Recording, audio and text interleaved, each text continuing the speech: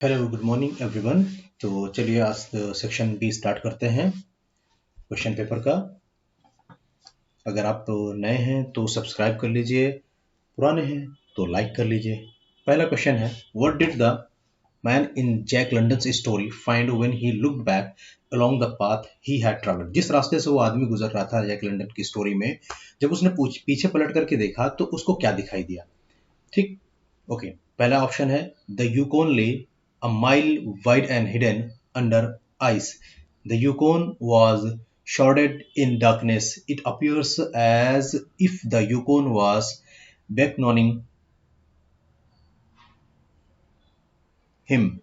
The Yukon was a white sheet of ice. Okay, चलिए। तो सबसे पहले तो जान लेते हैं यूकोन ले है क्या चीज। यूकोन जो बात कर रहा है, यूकोन ट्रेल है। इसी तरह से आपको दो चार वर्ड्स और मिलेंगे, जैसे चिलकूट ट्रेल है, चिलकूट पास है, इस तरह करके आपको मिलेंगे। तो देखिए, हम आपको दिखाते हैं मैप में, या फिर एक मैं आपको तस्वीर दिखाता हूँ जिससे आपको आइडिया हो जाएगा और ये चीज़ आपके दिमाग में रह जाएगी। अगर इस तरह के क्वेश्चन आएंगे तो आप उसको आसानी से कर लेंगे। ये देखिए, ये है हमारा प्यारा भारत, इंडिया। और इस चीज़ को हम देखिए इधर चलते हैं तो ये है अलास्का आपका। ठीक है, ये वाला पार्ट, ठीक, ये अलास्का है। ठीक, अलास्का में ये आप देखिए बहुत सारी छोटी छोटी चीज़ें आपको दिखाई देंगी। तो इसमें देखिए ये क्लियर नहीं है, इसमें टाइम लग जाएगा, तो हम आपको फोटोज दिखा देते हैं। तो ये देखिए, ये है यूकोन ट्रेल या यूकोन पास। ठीक, तो जो मतलब पूरी तरह से बर्फ से ढकी थी, ये पूरी एक शीट थी बर्फ की। तो चलिए आगे बढ़ते हैं और देखते हैं क्वेश्चन क्या कहता है। द यूकोन ले अ mile wide and hidden under ice. तो मुझे लगता है ऑप्शन यही सही है, यही करेक्ट ऑप्शन है, पहला वाला। ठीक, दूसरा है, in the story to build a fire 50 degree below zero made the man. 50 degree below zero made the man क्या था? Feel cold and uncomfortable, mediate upon man's ferality in general, mediate upon his own ferality, try to escape from place। वो तो छिप तो रहा नहीं था, ना तो कोई मेडिटेशन कर रहा था, इस तरह से कोई चीज नहीं थी। तो उसको बड़ा वो फील कर रहा था, कोल्ड, ठंडा एंड अनकंफर्टेबल फील कर रहा था। तो चलिए तीसरा क्वेश्चन है, in the story to build a fire where was the man heading. वो आदमी जो था वो कहाँ पर हिट कर रहा था? तो इसका ऑप्शन है पहला, to the Indian creek country. वाह भाई, हम बात कर रहे हैं अलास्का की, बात हो गई इंडिया की। हाँ, तो ये तो गलत हो गया, पहले ही Indian. To the old claim on Henderson Creek. Henderson Creek भी जो है तो अलास्का में ही है। To sit Michael on Bering Sea, ये भी नहीं है। बैरिंग सी है जरूर, जो कि रशिया और अलास्का के बीच का जो सी है उसको बैरिंग सी जो है। डॉसन, ये तीनों गलत हैं, इसमें ये वाला सही है, Anderson Creek. Okay okay, next question है, in the story to build a fire what had the old timer on Sulphur Creek said about temperature at 75 below zero? Okay, इसके ऑप्शंस है, a man must build a fire, the circulation of feet cannot be restored by running, wet feet will freeze faster, dry feet will not freeze। तो इसमें जो है मेरे हिसाब से दोनों होना चाहिए था, ए और बी दोनों। The circulation of feet can not be restored bye running, ये एक होना चाहिए, और दूसरा होना चाहिए था ये वाला, ए वाला। तो जैसे मतलब ये और ये दोनों होना चाहिए मेरे हिसाब से। अ मैन मस्ट बिल्ड, एक बार इसको आप लोग बुक से देख लीजिएगा, चेक कर लीजिएगा। वैसे मेरे हिसाब से मोस्ट प्रोबेबली बी वाला ऑप्शन मुझे ज़्यादा बेटर लग रहा है, और ए वाला भी ही उतना ही है, क्योंकि उसमें जिस हिसाब से सिचुएशन और कंडीशन थी उस हिसाब से ये चीज़ें जो है तो सही लग रही। चलिए फिफ्थ नंबर देखते हैं, Jack London uses foreshadowing to give an inkling of an impending disaster through which of the following phrase? The man was a peacock. The man was without imagination. The dog's instinct told it a truer tale. All of the above. तो fifth वाला होगा D वाला। In the story of an hour, चलिए हम लोग आ गए भाई केट शॉपिंग की स्टोरी में, the story of N hour. Why did Mr Richard want to keep the news a secret for a while? आपको पता है कि क्या हुआ था, एक्सीडेंट हुआ था और उसके बाद वो लोगों को लगा था कि मतलब उनके परिवार के लोग, स्पेशली मिस्टर रिचर्ड को पहले खबर मिली थी और फिर उसके बाद जो है तो उसने इस न्यूज़ को सीक्रेट रखा कि मिस्टर मालार्ड जो है वो एक्सीडेंट में मारे गए हैं। तो उसने इस न्यूज़ को सीक्रेट रखा था।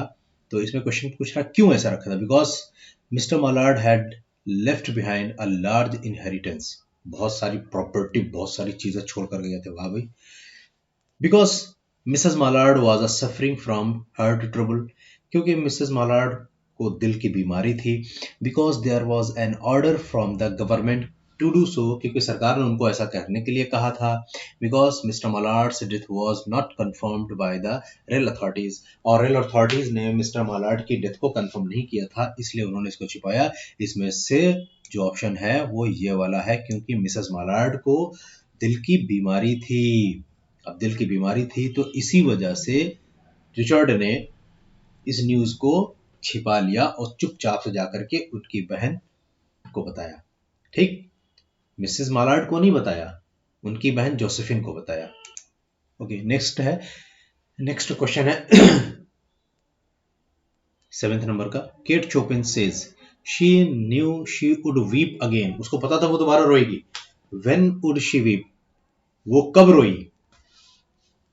When all the relatives would come and ask about him, जब सारे परिवार के लोग उसके पास आ गए और उससे जो है पूछने लगे कि भैया क्यों रो रही हो।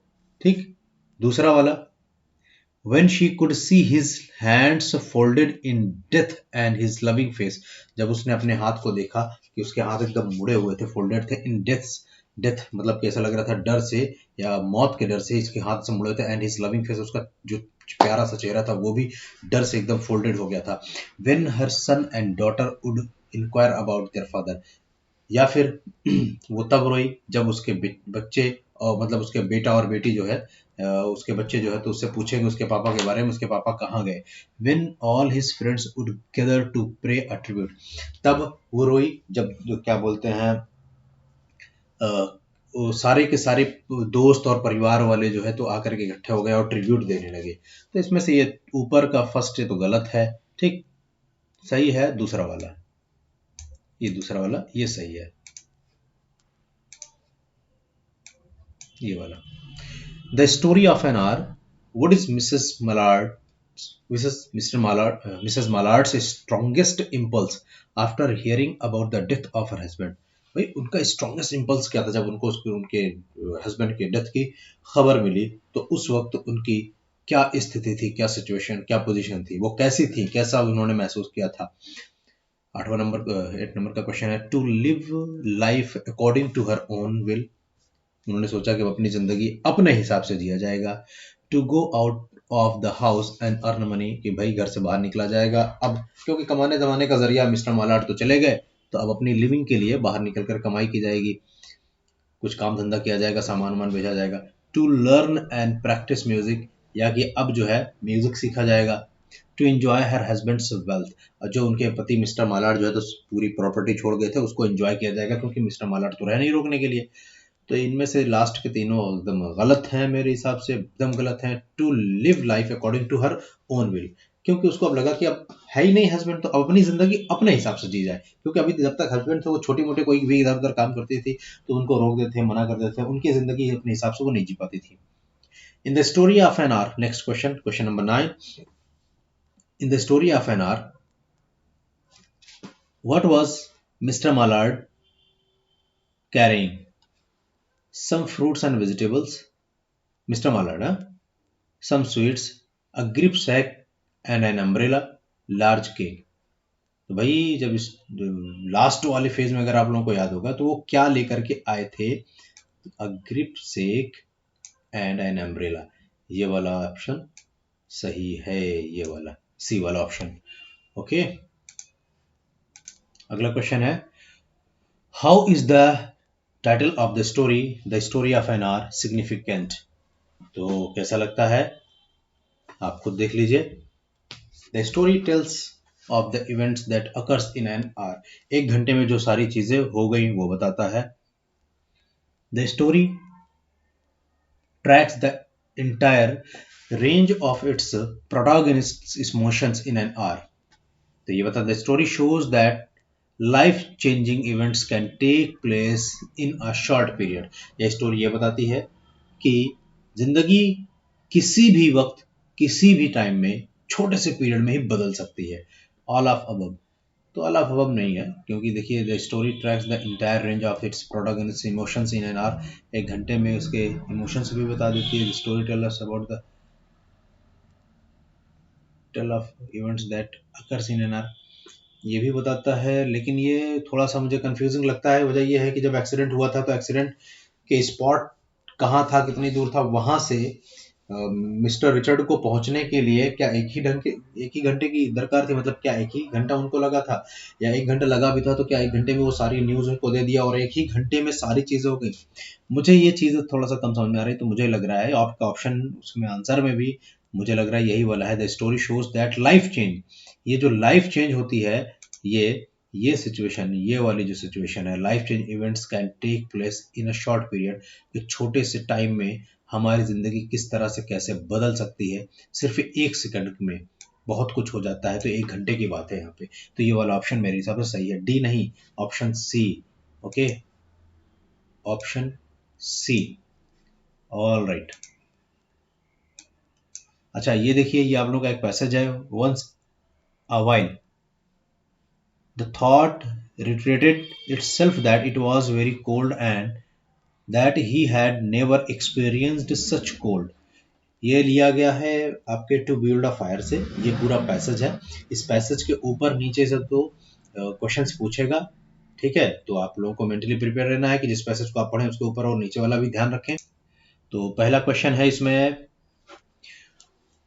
Why had he never experience such cold? आखिर उसको जो है तो कभी इस तरह का एक्सपीरियंस क्यों नहीं हुआ, जबकि उसमें पहले ही दिया हुआ है ही वॉज अ न्यू कमर।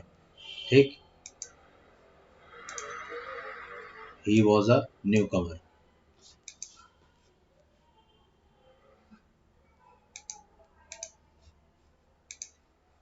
लीजिए भाई, ही वॉज अ न्यू कमर, इसलिए कभी उसको इस तरह की चीजों का एक्सपीरियंस था नहीं। वेयर ही हैड रेज्ड, आखिर वो कहाँ पहुंचा था? बहुत कंफ्यूजिंग है, ध्यान रखिएगा। ओके, पहला है he was at Sulphur Creek, he was at the Indian Creek, he was at Henderson Creek, he was at Chilkoot Pass. वो पहुंच गया था Henderson Creek. Okay, what was the time by his watch, उसकी घड़ी के हिसाब से क्या टाइम था? ध्यान रखिएगा, आपकी घड़ी के हिसाब से नहीं, उसके घड़ी के हिसाब से क्या टाइम था? 10 o'clock, 10 बजे हुए थे। Okay, how was the planning to celebrate his accomplishment, किस तरह की प्लानिंग थी भाई? By having lunch at the fox, by having lunch at the fox. कभी कभी माउस नहीं चलता। चलिए नेक्स्ट देखते हैं। अच्छा, ज्यादातर बच्चे सोचेंगे ऑल ऑफ अबव, तो ऑल ऑफ अबव लगा देंगे। तो बाय बिल्डिंग अ फायर, ये भी ठीक है, लेकिन यहाँ पर एक ऑप्शन ये जो दिया हुआ है, लेकिन ये उतना सही नहीं है, क्योंकि वो सेलिब्रेट किस तरह से कर रहा था? क्या आग जला कर सेलिब्रेट करता, having lunch at the fox? तो ये दूसरा वाला ऑप्शन जो दिया बाय पिचिंग अ टेंट, तो टेंट तो कहीं बात ही नहीं आई ना टेंट लगाने की, तो इसलिए कंफ्यूज नहीं होइएगा आप लोग। How could he have prevented the numbers numbness in his nose and cheeks. भाई इतनी ठंड थी उसके नाक में, चिक्स में, चारों तरफ जो है तो पूरा एकदम बर्फ की पूरी लेयर एक हिसाब से जम गई थी, पर उसके मुस्टच में इधर उधर चारों तरफ ना। तो किस तरह से उसने इसको रोका था, किस तरह से उसने इसको इनसे छुटकारा पाया था? ठीक है, तो उसने इनसे छुटकारा पाया था nose strap like birds, sixth वाला ऑप्शन। नेक्स्ट है, did the numbness bother him? Why? No, it was not serious, just painful. No, it was a mere inconvenience. No, it was a slight discomfort. No, it could be dealt with by rubbing the face.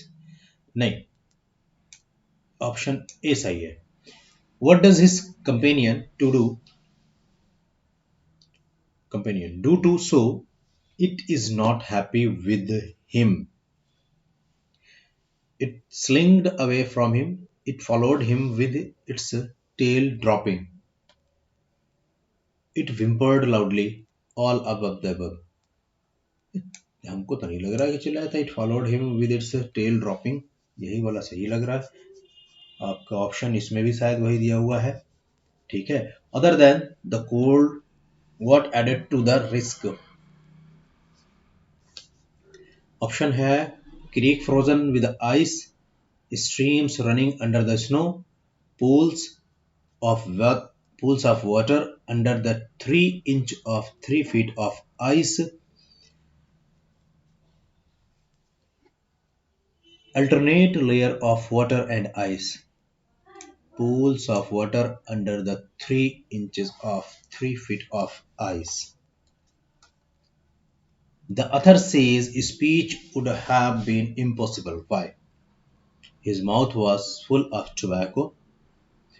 He wore an inch muzzles on his mouth.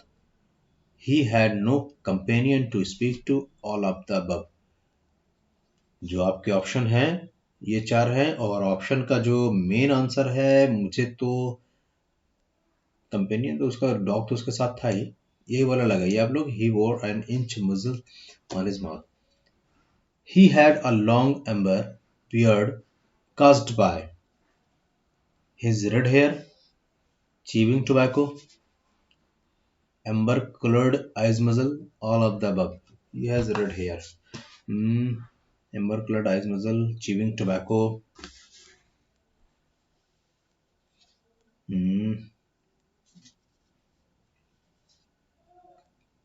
इसमें chewing tobacco दिया हुआ है. Red नहीं white hair था उसका. सही. चलिए अगला वाला. चलिए ये भी क्वेश्चन जो है तो स्टोरी ऑफ एन आवर से है. कहते हैं Mrs Mallard heard the news and fainted, went blank, burst into tears, none of above. तो burst into tears जब उनको पता चला तो वो बहुत बुरी तरह से रोई. ठीक. चलिए अब थोड़ा सा ये वाला क्वेश्चन देख लेते हैं. In her room, Mrs. Mallard first cut sight of a soft, comfortable bed, a large window, a large, comfortable armchair. तो ये तो आंख मूंद करके लग जाएगा क्योंकि लार्ज कंफर्टेबल आर्मचेयर थी. Louis, like the trees, feels sad, feels burden of everything, acquires with life, none of above. Acquires with life. चलिए fill in the blank है. Whispered Mrs. Mallard when she abandoned herself. तो Mrs Mallard ने कौन से word कहा अपने आप से, कौन से कहा था? Oh God, freedom at last, free at last, free free free free free free. इसने 3 बार ये कहा था फ्री फ्री फ्री. मतलब now she is free from her husband. Mrs Mallard knew that she would weep again when she would see. Mrs Mallard को पता था कि वो दोबारा रोएगी जब वो दोबारा क्या करेगी? Her husband's kind tender hand folded in hers. Her husband's loving face, both A and C. ये दोनों सही है. तो इसका मतलब ऑप्शन सी सही होगा. ठीक है. ऑप्शन सी वाला ये वाला ऑप्शन ये सही होगा. तो चलिए आपका सेक्शन बी भी कंप्लीट हो गया है. शाम तक सेक्शन सी हम अपलोड कर देंगे और पीडीएफ भी भेज देंगे. ओके. हाँ एक चीज़ और, अगर आप लोग नए हैं तो प्लीज़ चैनल को सब्सक्राइब कर लीजिए. पुराने हैं तो लाइक करिए. एक है ना हमारे धासु में ठोको ठोको कस के ठोको.